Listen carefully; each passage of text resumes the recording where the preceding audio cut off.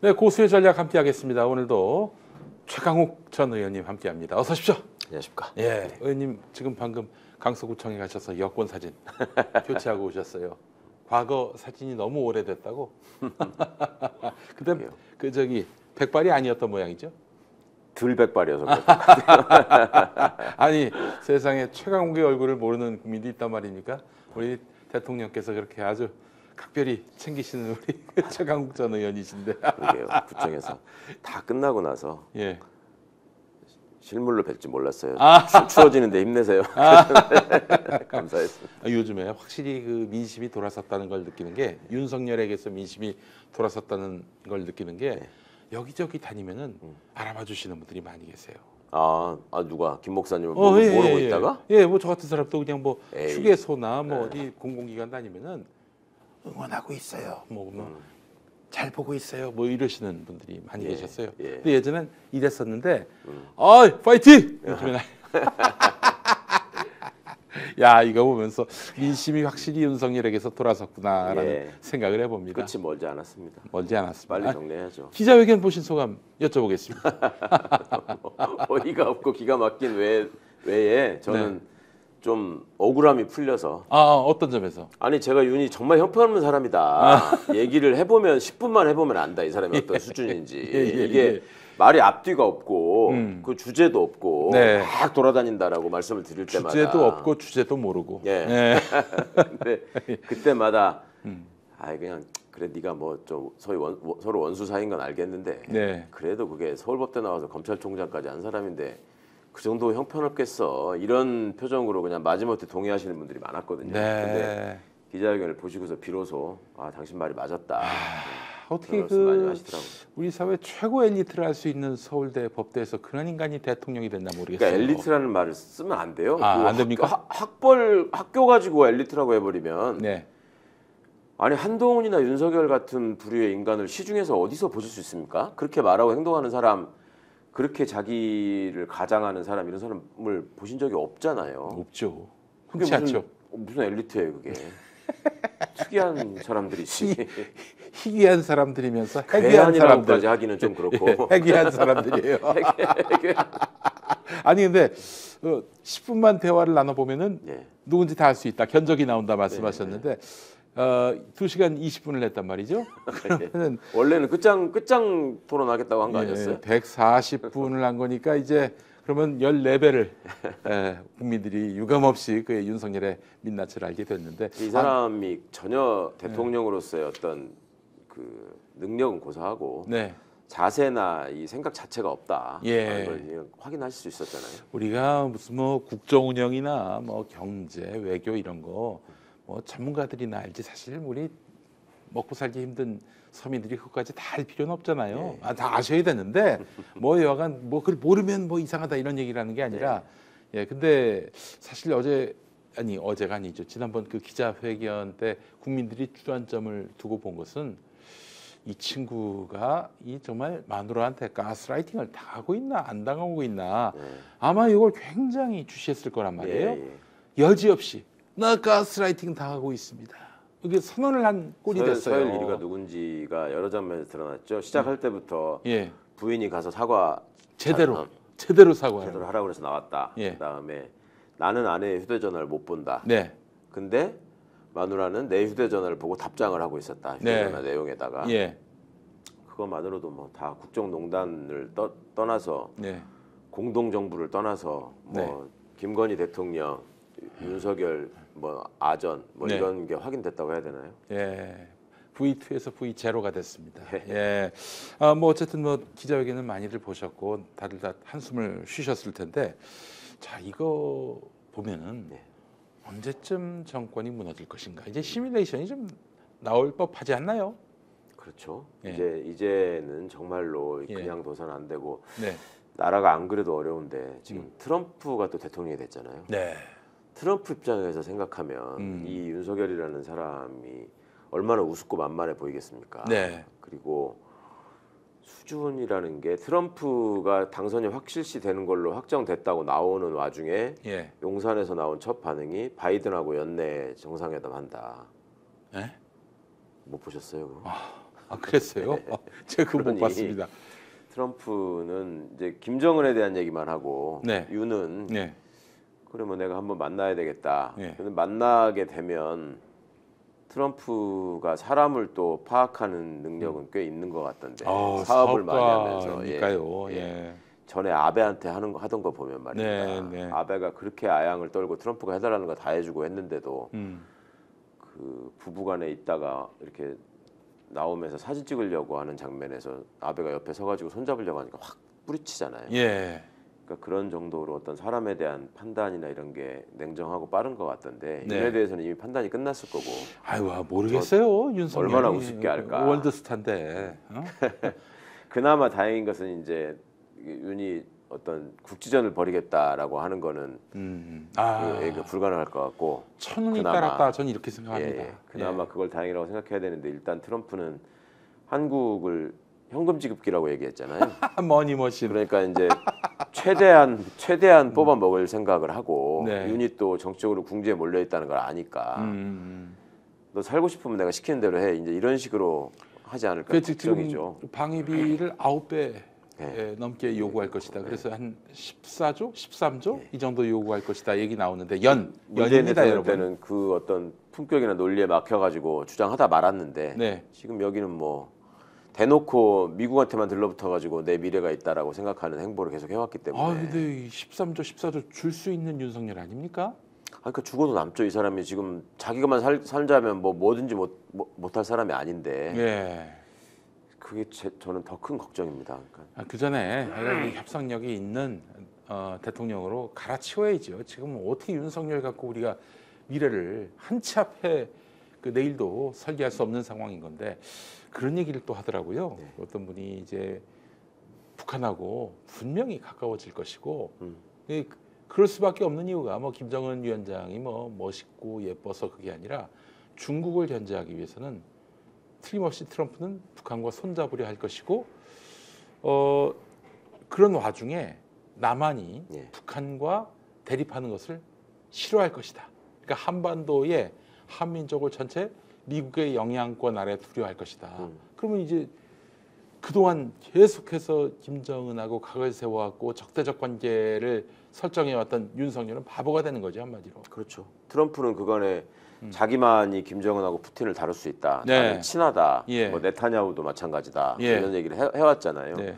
거기다가 북한 문제는 플러스 트럼프가 지난번 대통령 할 때도 염원했던 게 노벨 평화상 받는 거였단 말이에요. 그러면 북미 수교나 네. 북미 대화나 또 북일 수교까지 이어지게 되면 네. 노벨 평화상을 받을 가능성이 높아진다. 이런 것 때문에라도 트럼프가 북한 문제에 상당히 심혈을 기울일 거라는 의견이 많죠. 그건 쉽지 않을 것 같은데. 쉽지 않거나 말거나 트럼프 입장에서는 최선을 다해 보는 거니까. 그럴 때 이제 북한 카드가 트럼프한테 유용한 소재가 된다. 이런 거죠. 그럼 정말 윤석열로서는 이 그 비핵화 담대한 제안인가요? 그게 뭐 비핵화하면은 뭐 도와주겠다. 그랬더니 북한이 바로 정말 존재 자체가 싫은 인간이 싫은 사람이라고 그야말로 단언했는데 그러니까 이제 이런 거죠. 그 트럼프는 또 핵이 많은 김정은을 그 관계 개선해야 좋은 것이다. 핵이 많다는 건 핵을 인정하는 정도가 아니라 많은 핵을 보유하고 있다. 이걸 인정하는 거 아니겠습니까? 이런 김정은에 대해서 야, 핵 포기해. 이런 주문을 할 마음도 없는 것이고 야, 이러면은 진짜 이건 뭐 우리가 바이든하고 그동안 보조를 맞춰왔던 모든 그 과거가 아주 우스워지는 것이 된단 말이죠. 그것도 그거고 그간의 남북 문제를 다루는 데 있어서는 소위 4+2 이거를 항상 강조하면서 저희가 중심을 잡고 가지 않았습니까? 근데 이거는 완벽하게 대미 종속 외교를 하다 보니까 다른 나라가 지금 아무도 북한 문제에 관해서 우리를 도와줄 생각이 없는 거죠. 지금 우리 편이 없는 거예요. 그런 다 지금 중국 적대시했지 처음부터. 그렇죠. 러시아하고 우크라이나 전쟁 때문에 원수됐지. 그냥 러시아는 적성국으로 만들어 일본이야 도와주는 척하면서 진의 이득을 위해서 지금 뭐 수교한다 이렇게 지금 바로 얘기 나오고 있는 것이지. 절대 남북 문제가 좋은 쪽으로 해결되기에 도와줄 사람들이 아니잖아요. 도와줄 나라가 아니잖아요. 그러면 진짜 최악의 상황인 거고 이런 점들 때문에 그간의 외교 전문가들이 이렇게 미국 일변도에 외교를 하면 안 된다라고 얘기를 했는데 뭐 얘기하면 뭐 합니까? 그 화상이 뭐 그 들을 사람도 아니고. 그러니까 저기 본인도 뭐 어디 누구 전문가의 견해를 들었다기보다는 집사람 얘기만 듣다가 그렇게 온 것 그렇죠. 같아요. 예. 예. 집사람 교시나 뭐 다른 명태균 씨 전략이 없었으니까. 예. 아이고. 텐데. 왜 교시가 없었을까 안타깝네. 예. 그 통일 문제에 나서겠다고 하신 분이 우리 김 박사님인데. 네네네. 통일 문제를 어떻게 해결하실지 참. 천공도 나서시겠다고 했는데 아 정말 참 나라가 이게 우스워지는 건 한순간이네요. 자, 걱정입니다. 어쨌든 이제 뭐 김건희에 의해서 쥐락펴락했던 윤석열로서는 이제 갈 길이 없어졌고 이제 지구상에는 우리의 우방은 일본도 분명히 트럼프 편에 서지 않겠습니까? 그렇죠. 예, 그럼 우리의 우방은 우크라이나밖에 없는 거예요. 한우 관계만 남은 것 같습니다. 세계에서 유일하게 윤석열하고 통화하고 친하려고 하는 사람이 젤렌스키밖에 없을 것 같아요. 글쎄 말입니다. 진짜 누가 상대해 주겠어요. 예, 알겠습니다. 자, 명태균 네. 갑자기 그 기자회견 이후에 네네. 태도가 바뀌었습니다. 네네. 검찰에 처음 그 출석할 때만 해도 뭐 죄송하다 뭐 이런 뭐 사실 굉장히 흔한 멘트를 날리더니 막 조사받고 나오면은 뭐 그냥 취재진한테 큰 소리 치고 막 그런단 말이죠. 명태균의 현재 상태는 어떻다고 보십니까? 많이 불안하겠죠. 네. 영장이 청구돼 있고 자기는 어떻게 할 것인가, 무슨 카드를 가지고 어떻게 딜을 해야 살 수 있을까 이런 네. 생각들을 많이 할 텐데 예. 김소연이라는 분이 변호인을 맡으면서 태도가 더 확 달라진 면이 있죠. 네. 도발적으로 나오고 네. 하는 것들이 김소연 변호사하고 비슷하잖아요. 예. 그리고 내용을 이렇게 보면은 이거는 그 지방선거 출마를 원했던 사람들과 네. 김영선과의 관계에서 있었던 정치자금법 위반 네. 사건이지. 네네. 그리고 강혜경 씨가 다 중간에서 슈킹해가지고 생긴 일이지. 네. 나는 아무 상관이 없다. 네. 이런 식의 얘기를 하잖아요. 정치 자금법만의 문제다. 네. 예. 그러면서 이제 대통령 녹취나 뭐 김건희와의 문자나 이런 것들을 물어보면 그게 이 사건하고 무슨 관련이 있습니까? 어허. 정치자금법 사건인데 예, 이런 예. 식으로 반문을 한단 말이죠. 네. 이게 일종의 검찰과 만든 시나리오라면 정말로 우려할 지점인 거죠. 네. 그러니까 이제 항상 창원지검장이 정유미이기 때문에 우리가 더 걱정을 하고 있는 건데. 제가 참 좋아하는 배우가 정유미인데 본명이네. 정유미가 지금. 추가로 지금 거기다가 뭐 더 파견으로 내려보냈다는 검사들도 네, 네. 과거에 윤과 함께 그 문재인 정부에서 각종 이상한 사건들 만들어내던 검사들이 지금 상당수 그렇죠. 포함돼 있어서 수방수로 간 거예요, 예, 사람들. 이것들이 네. 가가지고 지금 무슨 일을 또 꾸미고 있을까 하는 걱정들이 있잖아요. 예, 근데 그 재래 수법으로 최악의 시나리오를 이자들이 만든다면 네. 명태균은 정치자금법 위반으로 일단 구속해서 네. 약간의 압박을 가하면서 파일을 다 없애든지 우리한테 다 줘서 이게 저 말하자면 세상에 드러나지 않게 해라. 네 녹음 파일을. 그 그렇게 해서 수법이군요. 그 수법. 그거만 정리가 되면 예. 그거만 정리가 되면 너는 유동규나 김성태처럼 해주겠다. 네. 싸게 받고 나가라. 그리고 뭐 지팡이도 짚고 다니고 하니 한 2달 고생하고 몸이 아파서 뭐 저 어떻다고 하면서 보석 청구하면 우리가 뭐 그 반대 의견 내지 않고 당신 나갈 수 있게 해주겠다. 뭐 이런 식의 딜을 제안했을 가능성. 이게 이제 걱정인 뭐 거죠. 거의 뭐 무슨 부처님 손바닥 보듯이 다 보시는 것 같아요. 늘 그게 늘 그런 식이었고. 해오던 수법이니까 그 사람들이 배운 도둑질인 게 이제 라는 게 그런 거라서 2달 후에 이 방송 다시 한번 보시기 바랍니다. 예. 어떻게 돼 있을지. 그러니까 원래 하던 대로 하면은 그렇게 갈 가능성이 있는데 지금 이제 여론이 워낙 주목도가 높다 보니까 근데 2달 후에 윤석열이 대통령이 아니면 어떡합니까? 그러면은 이제 세상에 또 올바른 일을 하는 검찰인 것처럼 명태균을 잡아 죽이려고 하겠죠. 그러니까 지금 그 명태균에 대해서 구속영장 청구한 것은 예. 뭐 지금 또 얘기는 그렇습니다. 우선 정치자금법으로 구속하지만은 예. 그러나 나중에 그 수사하다 보면은 뭐 공천 개입 그 건까지도 수사할 수 있다 이렇게 여지를 남겨놨더라고요. 그건 이제 면피용 얘기죠. 면피용 일단은 얘기죠. 그 강혜경 씨가 가서 다 얘기를 하셨다는 거잖아요. 네네네. 그러니까 그 부분에 대해서 없앨 수는 없고. 네. 그런데 막상 하자니 용산하고의 어떤 관계가 있고. 네. 그러니까 그 부분은 일단 명태균을 구속하는 이벤트를 통해서 최대한 시간을 번 다음에 검찰이 뭔가 하려나 보다 이렇게 그렇죠. 국민들에게 인식을 심어주고 그 사이에 이제 명태균과의 어떤 딜을 시도할 가능성 이거를 항상 우리가 걱정해야 되는 거죠. 그래요. 알겠습니다. 아이고 아니 거기 좀 참신한 어떤 그 눈속임은 없을까요? 왜 맨날 저도 검찰에 대해 잘 모르는 사람조차도 저 수작 부린다 이런 생각이 막 들어요. 응? 그러니까 성정상 윤이 이제 지지율이 뭐 15%도 못 지키고 빠지고 그다음에 이제 광장이 막 달아오르면서 이게 이대로 이제 가면은 함께 다 죽을 것 같다 싶은 생각이 오면 그때 되면 아마 사건을 창원지검에서 중앙지검으로 가져갈 겁니다.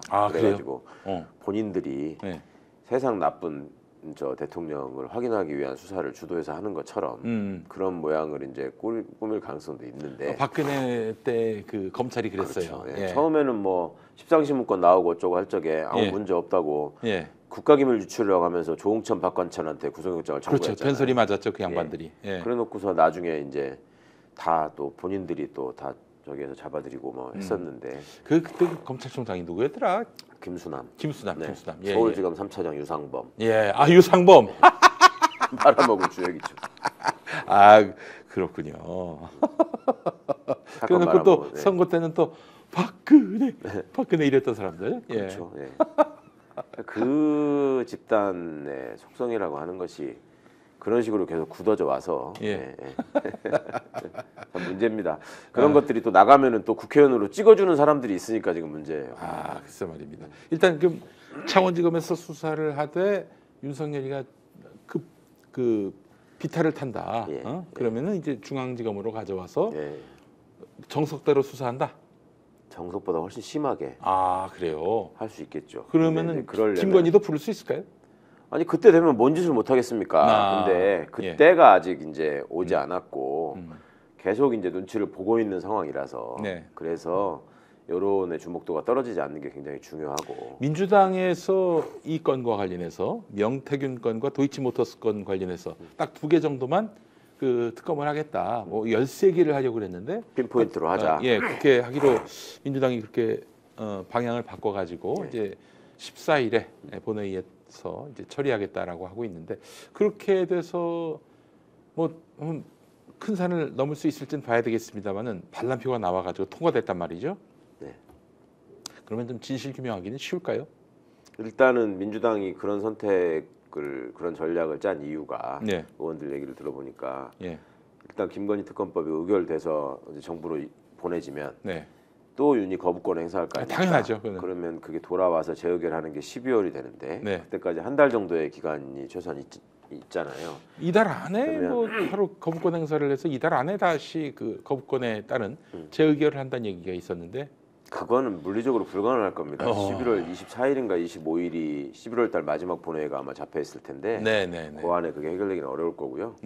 12월로 갈 텐데 그때 가서 재의결에 동참할 국힘 의원들한테 조금이라도 명분을 더 주기 위해서 이제 2개로 줄이는 거죠. 그래서 거기서 만약에 재의결이 되면 그거는 이제 윤석열이 완벽하게 이제 몰락한다는 신호탄이죠. 그게 그렇게 되면 3분의 2를 채우는 거잖아요. 그러면 3분의 2라는 거는 탄핵도 가능하고 개헌도 가능한 수단이기 때문에 이제 국힘이 완벽하게 분열했다라는 사인이 되는 거고 시그널이 되는 거고 그러니까 그거를 민주당은 전략적으로 추진하는 거고 지금 용산 눈치 보느라 여념이 없는 한동훈이는 계속 특감만 얘기하면서 왜 그래요? 답답한 얘기를 하는 거고 기자회견 전만 해도 뭐 진짜 큰 칼 뽑을 것처럼 하더니만 왜 갑자기 이렇게 애초에 교활하고 김건희는 무섭고 윤석열이 얼마나 잔인한지 잘 알고 있고 겁은 나고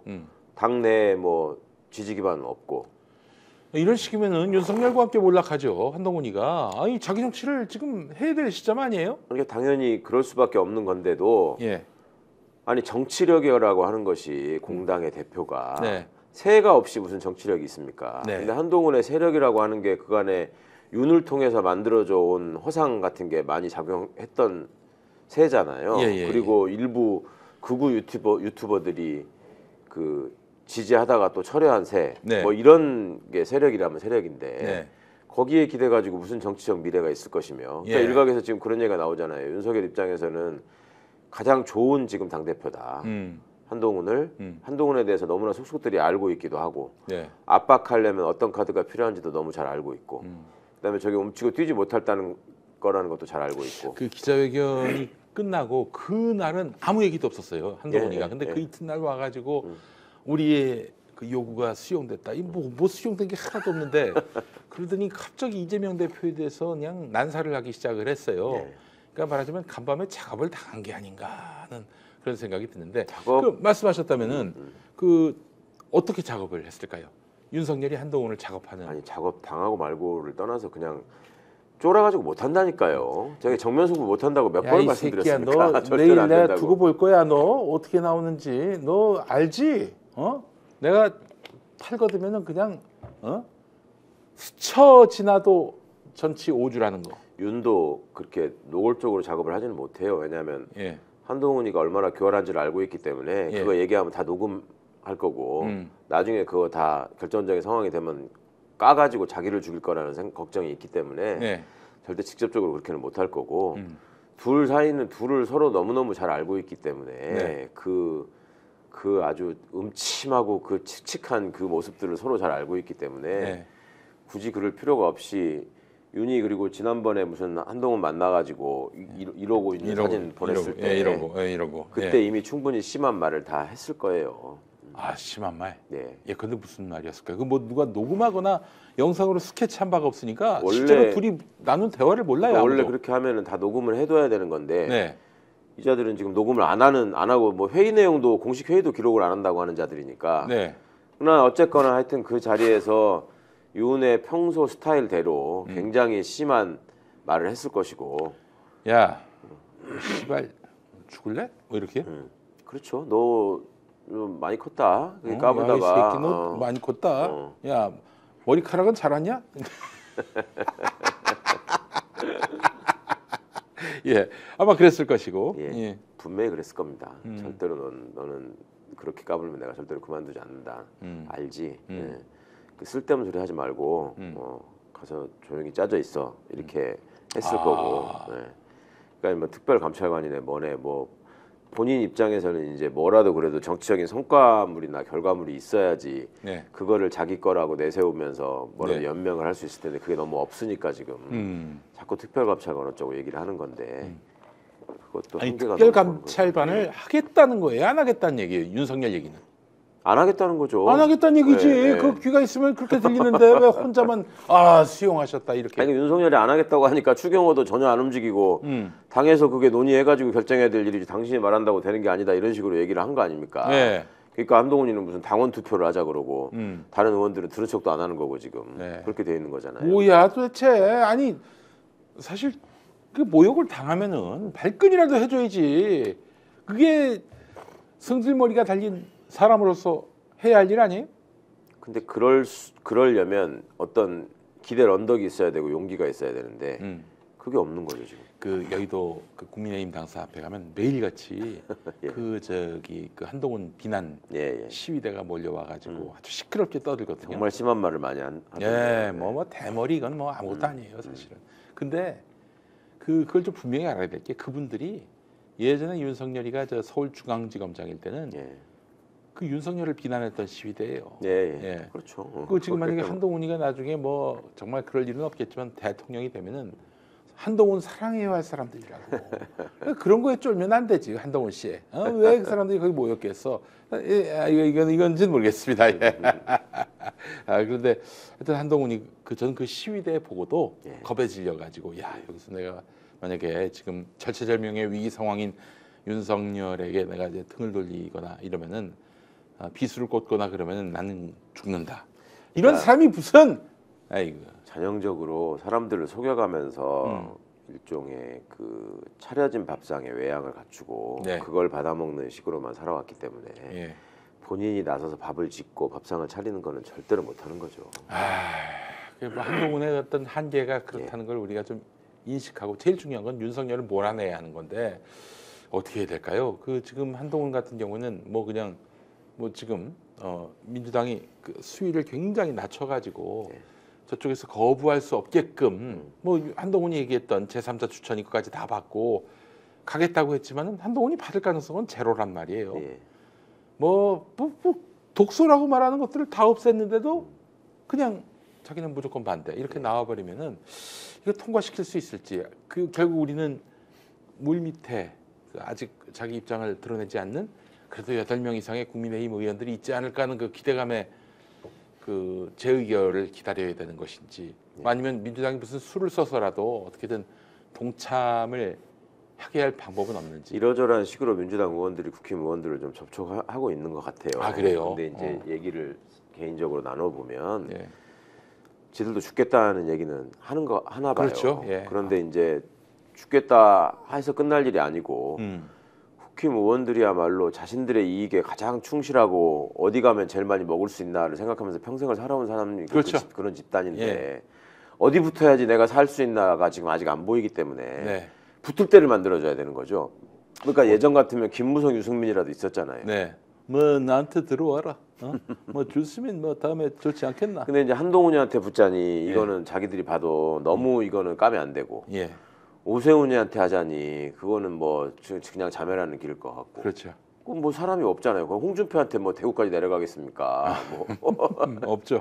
그러니 지금 자기들도 답답하다 이런 거죠. 결국에는 그 이제 윤석열 아웃 이후에 그 집권 가능성이 지푸라기만큼이라도 남아 있어야 그렇죠. 자기도 동행하고 결행할 텐데 이 사람들한테는 2016년 박근혜 탄핵 트라우마가 있어서 그때는 보수가 거의 괴멸하다시피 그러니까 더 확실하게는 집권 가능성에 앞서서 내가 다음에 국회의원 되려면 누구한테 붙어서 어떻게 연명해야 되냐 가장 중요한 사람들인데 그 길이 지금 잘 안 보이는 거죠.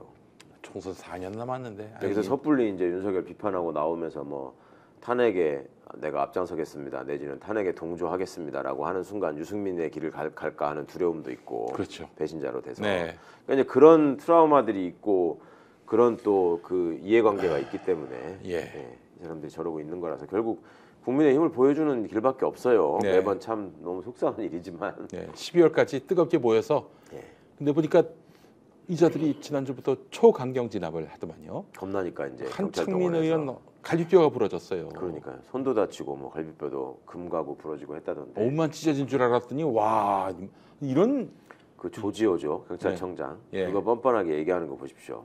통로를 확보했어야 됐다느니 언제 그 방석복 입고 저 방패 든 경찰관들이 와가지고 통로 확보한 적이 있었습니까? 그간에. 그리고 정광훈 같은 사람이 하는 집회에 가가지고 언제 그렇게 한 적이 있었습니까? 이런 정말 택도 아닌 애초에 경찰에서 그 윤희근이라는 자도 참 그 조직원들의 개탄을 자아냈지만 당시에 이제 다음은 누구냐 더 최악이 올 거다 그게 조지호다라는 얘기를 경찰관들이 다음에 누가 오느냐 스스로 많이 했었어요. 다음에 누가 오느냐. 그래서 조지호는 왜 조지호가 지금 다음 저 가장 유력하다고 얘기하느냐 하니까 조지호 그냥 답은 딱 하나 했어요. 그냥 TK잖아요. 아 TK군요. 참 슬픈 현실입니다. 아 경찰의 현실이 조지호군요. 또 성대모사 한번 준비하셔야 되나요? 이제? 성대모사? 조지호 목소리 아는 사람이 없어요. 기본적으로 성대모사를 하려면은 그러니까 옛날에 추억을 한번 이제 옛날에 제가 그 저기 누구야 그 통일부 대변인 김호년 대변인이라는 분이 있었어요. 워낙 발성이 특이해서 제가 뉴스에도 많이 나오고 그래서 그분 성대모사를 했고 그 벌써 15년 전인데 아직도 할 수 있어요. 재발 방지를 촉구합니다.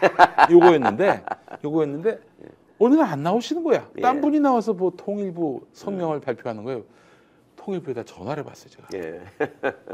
정년 퇴직하셨다는 거예요. 아니 내 기껏 성대모사를 다 준비했는데 정년 퇴직하시면 어쩌자고. 그래서 그랬더니 또 그것도 문제지만은 김호년 대변인을 아무도 모르는 거예요. 나는 뉴스 열심히 보니까 그 양반 목소리가 특이해서 성대모사를 했지. 그래서 이거 참 이거는 경찰청장이 대박이었죠. 그 사람 누구였지? 이름이 갑자기 생각이 안 나네. 예전에 낙검수 때 저기 했던 경찰청장. 조현호. 조현호, 조지호. 어떻게 또 그렇게 조현호 경찰청장. 그래요. 저하고 참 인연이 깊으신 분이죠. 아니 어쨌든 저기 이제 한동훈으로서는 결국에는 자기가 자기 계보의 그 정치인들한테 야 특검법 통과시켜 이럴 일은 없을 것 같고 조경태는 어떨까요? 조경태요. 사실 뭐 의미가 있는 사람입니까? 기자회 아니 그래도 n분의 1표가 되니까 기자회견이 있던 그날에는 그 한동훈이가 그렇게 돌아설 줄 모르고 윤희석 대변인이나 조경태나 뭐 정말 개탄을 금치 못한다는 친한 의원들이 다 하나만한 기자회견이었다. 이러면서 개탄을 금치 못해가지고 아 이건 한동훈의 맞아요. 뜻이거니 했더니 한동훈은 또 내 요구 사항이 다 받아들여졌다. 이렇게 나와버리면은 개보원들이 안 믿어요. 그럼요. 친한 그러니까 의원들이 이제 안 한동훈한테 친해요. 의탁해가지고 내 목숨을 부지할 수 있을 것인가 가장 중요한데. 네, 아니 지금 친한 의원들 그 한동훈도 당연히 그렇게 생각하겠거니 하고 내질렀는데 한동훈은 좋은 회견이었습니다. 이러니 이 사람들 바보가 됐어요. 아이고 정말 참 아니 심한 그 인간입니다. 사람들이야 네. 말 바꾸는 게 무슨 저 해병대 우리 최상병 특검법 관련해서도 얼마나 그거는 해야 된다고 나도 찬성하겠다고 그러고 나중에 딴짓한 게 대부분이지 않습니까? 네. 그 사람들인데 뭘 하여튼 뭐 알겠습니다. 자, 하여튼 뭐 특검법은 어떻게 통과될 것 같으세요? 이번에는 재의결될 가능성이 높을 것 같아요. 12월에 되면. 네. 네. 네. 게다가 무기명이니까 정말 저 양심에 따라서 표결하는 의원이 그래도 좀 있어줘야지. 이거 진짜 국민의힘이 윤석열과 함께 몰락할 수는 없잖아요. 요만큼이라도 나라를 생각하는 마음이 있다면 네. 아무리 국힘 소속 의원이지만 지금은 이제 찬성해야죠. 적어도 이 뭡니까, 이게? 특검법이 통과돼서 특검이 이제 가동되면은 김건희나 윤석열은 살아남기 힘들 것이다. 이 정도 생각은 다 하고 표를 던질 거예요. 예. 아 일단 억울한 면이 있으니까 특검을 통해서 풀어보시라 그런 차원에서 표를 찍을 사람들은 없을 것이고 예. 특검이 되는 순간 이거는 윤석열, 김건희는 벼랑 끝으로 몰린다라고 생각들하고 표를 찍을 것이 확실하기 때문에 그렇다면 그 사람들만 해도 나중에 탄핵도 혹은 뭐 임기 단축 개헌도 네. 그 동의할 수 있는 사람들이고 여러 가지로 윤석열한테 뼈가 아프겠네요. 임기 단축 개헌 얘기를 제가 사실 최강욱 의원님한테 처음 들었는데 네. 갈수록 이게 가장 좋은 방법 같은데 라는 생각을 하게 되거든요. 그러니까 임기단축 개헌의 가장 큰 장점은 네. 국민의 손으로 네. 해결한다는 거죠. 네네. 그러니까 탄핵이라는 건 헌법재판소가 끼어 있어가지고 예. 지금 윤이 탄핵을 피하기 위해서 헌법재판관 지금 비어있는 3명을 임명을 안 한다라는 얘기까지 있어요. 그러니까 탄핵이 되려면 6명이 찬성을 해야 되기 때문에 예. 3분의 2가 아니고 6명이란 말이에요. 예. 헌법재판소에서는. 예. 그러니까 민주당에서 그 지금 비어 있는 3명을 추천했다 하더라도 셋 국회에서 중에 하나는 원래 국힘 몫이고 네. 둘을 지금 민주당이 추천하겠다는 건데 네. 그 3명을 다 안 하겠다는 거예요. 그러면 6명 중에 최소한 2명은 지금 자기가 믿을 만한 똘마니들을 심어놨다고 생각하거든. 네. 정형식, 김영두. 그렇지. 거기가 반대를 하면 네. 6명은 죽어도 안 될 거 아닙니까? 예. 그러니까 나는 탄핵을 안 당하는 가장 손쉬운 방법이 그 3명 임명 안 하는 거다. 이런 시나리오까지 준비한다는 거예요. 그래요. 사실 조선일보가 처음에 그 민주당에서 헌재 재판관을 추천하지 않을 것이다. 이런 식으로 전에 한번 우려를 했는데 윤석열이가 또 임명 안 하는 방법이 또 있군요. 예. 그리고 지금 헌법재판소장을 이종석이라는 분이 하다가 네. 그 윤석열 대학 동기. 정년이. 예. 이제 임기가 끝나서 나갔잖아요. 네. 그 이종석을 다시 이번에 그 한 명 몫으로 다시 지명해서 또 소장을 시켜달라고 한다는 거예요 지금. 대통령실이. 네. 야. 근데 이제 민주당은 그 말도 안 되는 소리 하지 마라. 그리고 헌법재판소장은 국회 동의를 받아야 되기 때문에 네. 민주당이 반대하면 절대 안 됩니다. 네. 근데도 지금 이제 그 어거지를 쓰느라고 그 이종석으로 하든지 아니면은 지금 또 대학 동기인 이완규가 법제처장인데 이완규가 헌법재판소장 하는 게 소원이라고 맨날 하고 다녔던 사람이거든요. 우리 저 윤석열 똘마니. 예.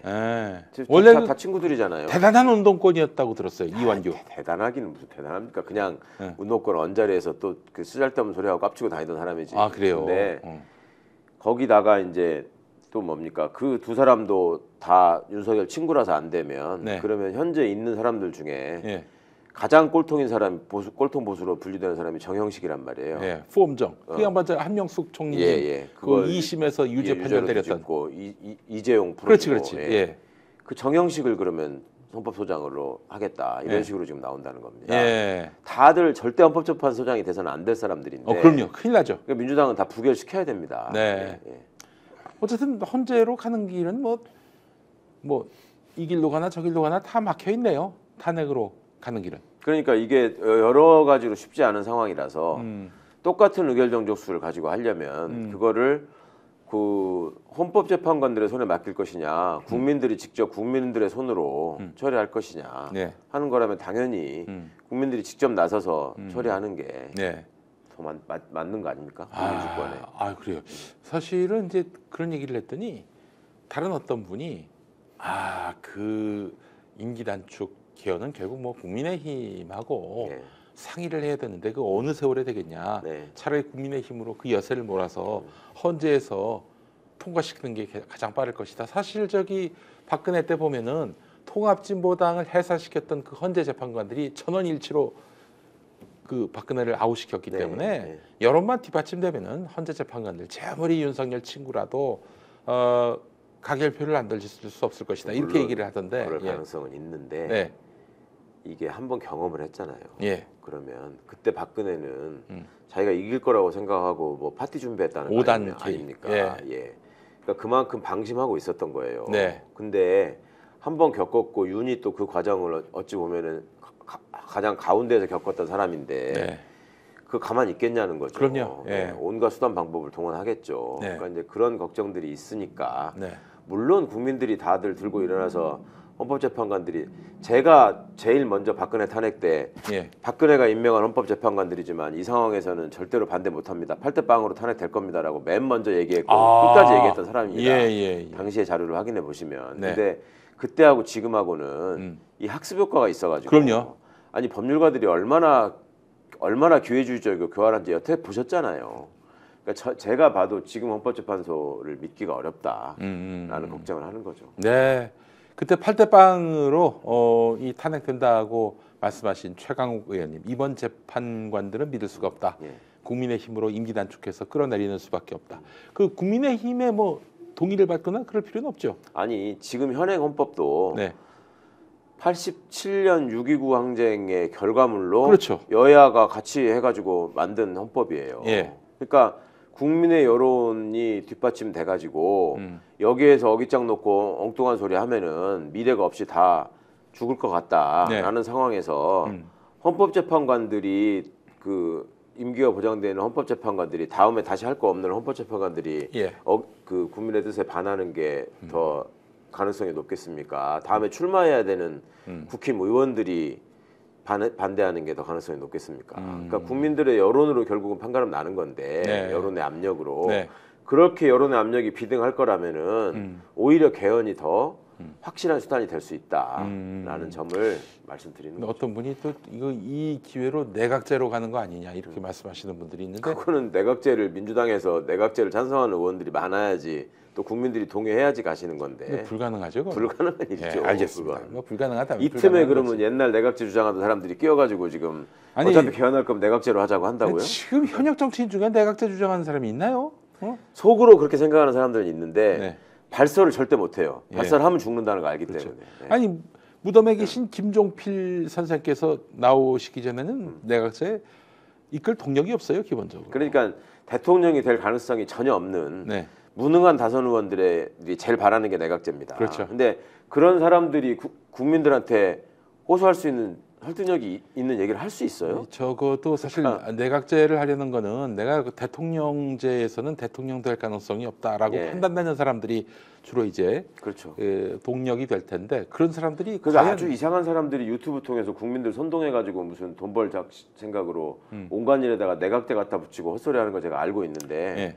속지 마십시오. 쓸데없는 소리를 아니 하는 내각제가 사람들한테. 무슨 동력으로 그게 추진이 된다는 건지 그러니까 납득이 안 무슨 돼요. 내각제입니까 갑자기? 예. 15일 예. 금요일에 지금 뭐 그 한동훈 오매불망. 네. 그러니까 한동훈이 실제 전부터도 자기가 지금 이런 슬럼프 뭔가 좀 이 바퀴가 네. 왜 그 저기 어디 박혀가지고 계속 그 악셀을 밟아도 그냥 헛돌고 있는 헛도는 예. 그런 구조인 것이 이거는 이재명 때문이다. 그래서 이재명이 이제 말하자면은 당선 무효 네. 또 출마 불가 네. 이런 형을 받으면 그러면 이제 자연스럽게 2등인 자기가 1등이 돼서 이 수권 지도자가 될 수 있다 이렇게 생각하고 있대요. 와, 네. 난 참 너무 황당하더라고요. 아무리 뭐 정치적 경험이 없다 하더라도 망상은 자유지만, 네. 그러니까 쟤들의 입장에서 생각을 해보면 지난번 대선을 어떻게 이겼느냐. 이재명 후보를 최대한 악마화하고, 네. 예. 그리고 국민들을 분열시키는 예. 단어를 자극적으로 사용해서, 네. 그래서 선거를 이겼다라고 생각하는 집단이지 않습니까? 네. 그러니까 판결이 뭐라도 하나만 나오면 그걸 가지고 최대한 이재명 대표를 물어뜯어서 네. 예전 구도로 만들어야 된다. 그런 희망을 품고 있는 거죠. 네. 근데 그렇게 되기에는 너무나 이상한 짓을 많이 했어요. 그러니까 네. 최소한 이재명 대표한테 그런 어떤 타격을 입히려면 김건희를 기소했어야죠. 그렇죠. 그래야지 국민들이 볼 때 최소한의 어떤 형평성이라도 생각하고 아 이재명이 그러면 진짜로 나쁜 짓을 한 거야? 이런 생각이라도 한번 해볼 수 있지. 예. 이거는 몇 년을 끄면서 아니 윤석열이가 두고 하는 말이 뭡니까? 몇 년을 털었어도 우리 마누라를 기소 못했던 게 예. 문재인 정부 검찰 아니었냐 이런 소리를 하면서 그렇게 변명을 하잖아요. 문재인 정부 검찰, 문재인 정부 5년 중에 4년 검찰을 틀어주었던 사람이 누군가? 그러니 그런 식의 망상에 빠져 있는 것들이 기댈 수 있는 시나리오나 가능성이 그거밖에 없기 때문에 네. 예, 그런 거지. 예. 무슨 이재명 대표가 15일 날 유죄 판결이 만에 하나 난다고 하더라도 뭐 거기서 구속되거나 할 일은 절대 없거든요. 네. 그리고 그게 무슨 다음 대선 전까지 대법원이 나서가지고 이재명을 아웃시킬 가능성도 없고 그러니까 그냥 망상입니다. 그냥. 네. 아니 일단 기본적으로 이번 그 15일에 있을 판결은 이제 공직선거법 위반. 예. 그러니까 말하자면은 김문기 씨를 알았느냐 몰랐느냐 이건데 법리적으로 보면은 이거는 도저히 유죄가 나올 수 없는 사안이란 말이죠. 예. 그래도 만에 하나 유죄가 나올 수 있다면 어떤 부분이 좀 염려가 되세요? 아니 그냥 제가 예를 들어서 뭐 저 유죄 받은 것도 네. 그냥 그렇게 몰고 가가지고 분위기 만들어 놓고 네. 아무리 다른 증거를 제시해도 아니 뭐 그걸로는 미흡하다 이렇게 하면서 유죄를 한 건데 네. 지금 이재명 대표와 관련해서 법리적으로도 그렇고 사실적으로도 그렇고 증거로도 그렇고 네. 그런 아니 김문기 씨를 모르는 내가 본 적은 있지만 그렇게 교류가 없고 가깝게 인지를 못해서 그때 순간적으로 물어보는데 몰랐다라고 얘기하는 게 지금 아니 불법이라고 그러니까 이제 얘기하는 만약에 건데. 알았는데도 몰랐다라고 한 게 왜 당선 목적에 허위 사실 공표가 되죠? 아니 그러니까 아무것도 없이 그냥 갖다 붙이는 얘기들인데 네. 예. 그러니까 논리를 구성하려고 해도 지금 굉장히 빈약해요.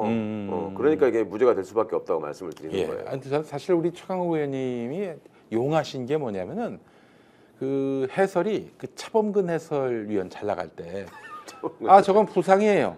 그럼 부상이에요. 그럼 뭐 온갖 무슨 뭐 심리적으로 뭐 상대를 압박하기 위해서 혹은 뭐 트릭을 써서 이게 아니라 그냥 부상인 거예요. 그냥 저 자빠져 있는 게. 그렇듯이 한마디로 딱 정리를 해주시면 그것도 맞고 탄핵 때 특히 아주 용하게 잘 마치셨어요. 그래서 저는 이번에 최강욱 의원이 그 무죄라고 얘기하니 무죄로 믿고 있고요. 자 네. 그러면 25일에 있을 그 판결 그 이번에는 유진 교사죠. 예. 그거는 그게 이제 유일하게 조금 신경이 쓰이는 네. 재판인데 네.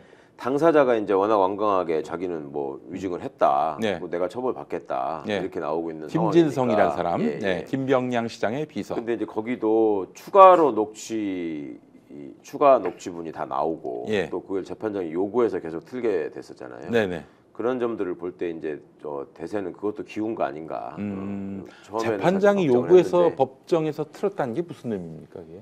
풀 녹취를 틀자라고 예. 요구를 했잖아요. 예. 검찰이 반대했단 말이에요. 예. 그럴 필요가 없다. 예. 지들이 중요한 필요한 부분 다 제시했다. 예. 그러니까 재판장이 검찰이 제시한 증거만으로도 충분한데 예. 뭐 또 들으시려고 하느냐? 예. 그거 안 들어도 된다. 재판장이 증거 아니다, 다 듣자. 채택을 반대하는 거였죠. 예. 예. 그러니까 아니다, 다 듣겠다, 다 듣자 이렇게 한 거였죠. 알겠습니다. 그러면은 만약에 11월 15일과 25일에 둘 다 무죄로 나온다면은 이건 뭐 한동훈에겐 굉장히 좀 맥 빠지는 일이겠네요. 네, 유일하게 그거 하나 기대고 있었는데 네. 예, 이제 뭐 할 말 없어지고 또 뭐라고 또 나불거리게 쪽 와가지고 뭐 예. 자세히 읽어보지는 않았습니다. 뭐 이런 식으로 또 얘기하겠지. 예. 뭐 1심에서 유죄 나왔다고? 무죄 나왔다고? 그게 꼭 그 무죄라는 증거가 예, 아닙니다. 예, 아직 뭐. 확정되지 않았습니다. 예. 20, 30까지 가야 된다 이런 얘기를 할 것이고. 알겠습니다. 혹시 둘이 저 용산에서 같이 그저 비더레즈하고 이렇게 판결 결과를 같이 시청하는 건 아닌가 모르겠습니다. 예. 그리고 지금 성남 FC 건도 갑자기 또 그 화제를 모으고 있는데 성남 FC 이거죠. 그 성남 시장으로 있을 때 성남시의 그 시민 축구단 성남 FC 거기에 이제 후원금 네, 내시라고 광고 해놓고 그 유치했다는 뭐 게. 네이버 뭐 네, 이런 데다가 차병원 이런 데다가 성남에 좋은 땅 제공해 드릴 테니까 와서 들어오시고 아울러 좀 성남 FC 좀 도와주십시오. 130억대의 이런 후원금 내게끔. 근데 이게 어떻게 이재명 시장의 뇌물이 되는 건가요? 그러니까 그것도 애초에 말이 안 되는 거고요. 네. 그렇게 따지면은 뭐 지자체장들이 다 기소돼야 되는 거죠. 그렇죠, 그러니까, 그렇죠. 후원금 받으면. 아니 그러니까 말이 애초에 되지도 않는 거를 가지고 그거를 어떻게 수사합니까라고 물어보시면 네. 그 말이 안 된다라고밖에 답변할 수 없는 거고. 근데 이 사건의 경우에는 재판장이 지금 확실하게 지금 법을 적용하겠다라고 네. 나서고 있는 거지. 이게 그래서 사법부의 기류가 지금 바뀌고 있는 것은 아닌지 하는 생각이 들거든요. 이제 그런 점은 있다고 해요. 내부적으로 예. 김건희 불기소하는 걸 보면서 그 전에 갖고 있었던 검찰과 일종의 동류의식, 동지의식이 아니라 동류의식. 판사와 검사는 예.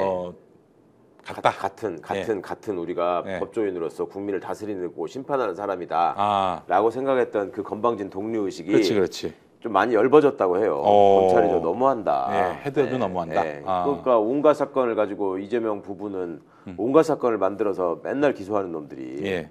어떻게 이거를 뭉개고 넘어가느냐 하는 식의 얘기는 있다고 해요. 예. 그런데 성남 지원 하나만 놓고 뭐 법원 전체의 기류가 바뀌었다라고 생각하시는 건 좀 성급한 것 같고 왜냐하면 아니 근데 이제 저기 위증교사죄의 경우도 판사님이 다 들어보자 이런 것도 저 과거에 좀 보기 그러니까 힘든. 법원은 네. 검찰처럼 그렇게 집단적으로 움직이는 그런 게 아니에요.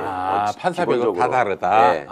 이상한 판사가 있는 게 문제인 것이지. 폼점 그러니까 같은. 예. 자꾸만 그거를 덩어리로 보시려고 그러면 안 되고 이게 성남 사건만 보더라도 네. 거기서만 그게 벌어진 일이 아니라 예. 검찰을 무슨 불법적으로 파견을 해가지고 뭐 재판에 그 소속도 아닌데 관여하고 했던 게 예.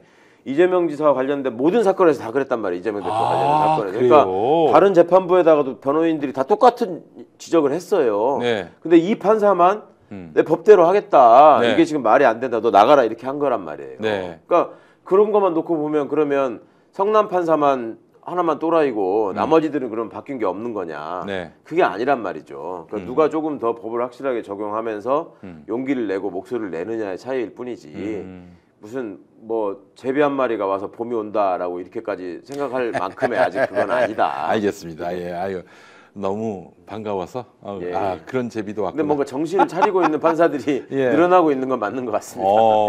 알겠습니다. 그래요. 우리 검찰이 정말 뭐 간이 배 밖으로 나왔어요. 이 정권 들어와서.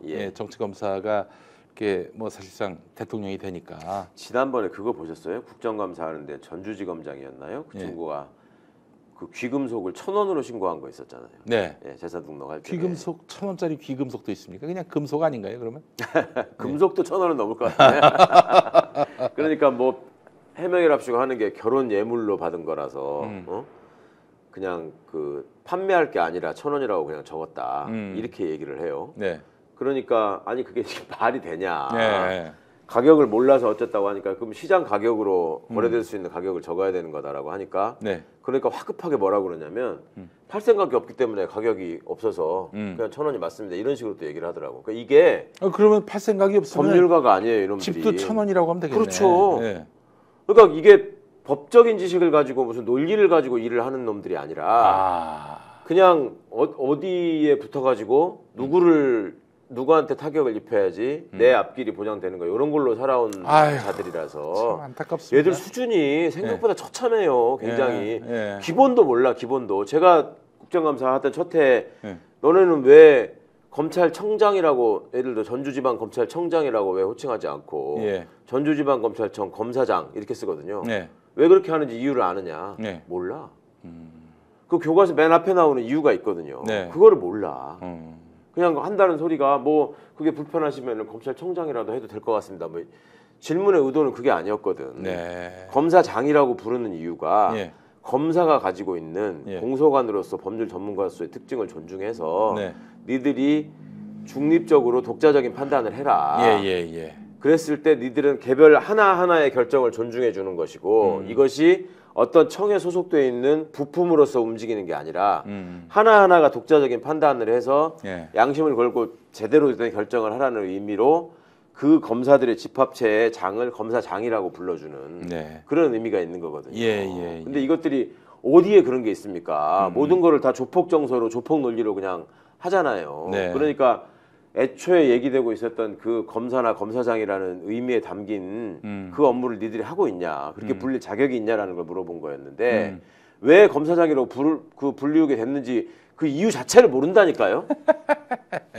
아이고. 그러니까 그런 자들을 데리고 검찰의 앞으로 바른 길이 무엇이고 니들이 어떻게 해야 되고 이건 뭐 소교의 경리길을 넘어서 저는 지금 저기 대법원하고 우리가 같은 위상이다 해서 대검찰청이라고 하는 것 같은데 검찰 개혁하면은 좀 겸손하라고 소검찰청으로 좀 바꿨으면 좋겠습니다. 그러니까 그런 대검이나 이런 건방진 이름을 다 없애야죠. 예. 필요 없는 명칭. 검찰총장?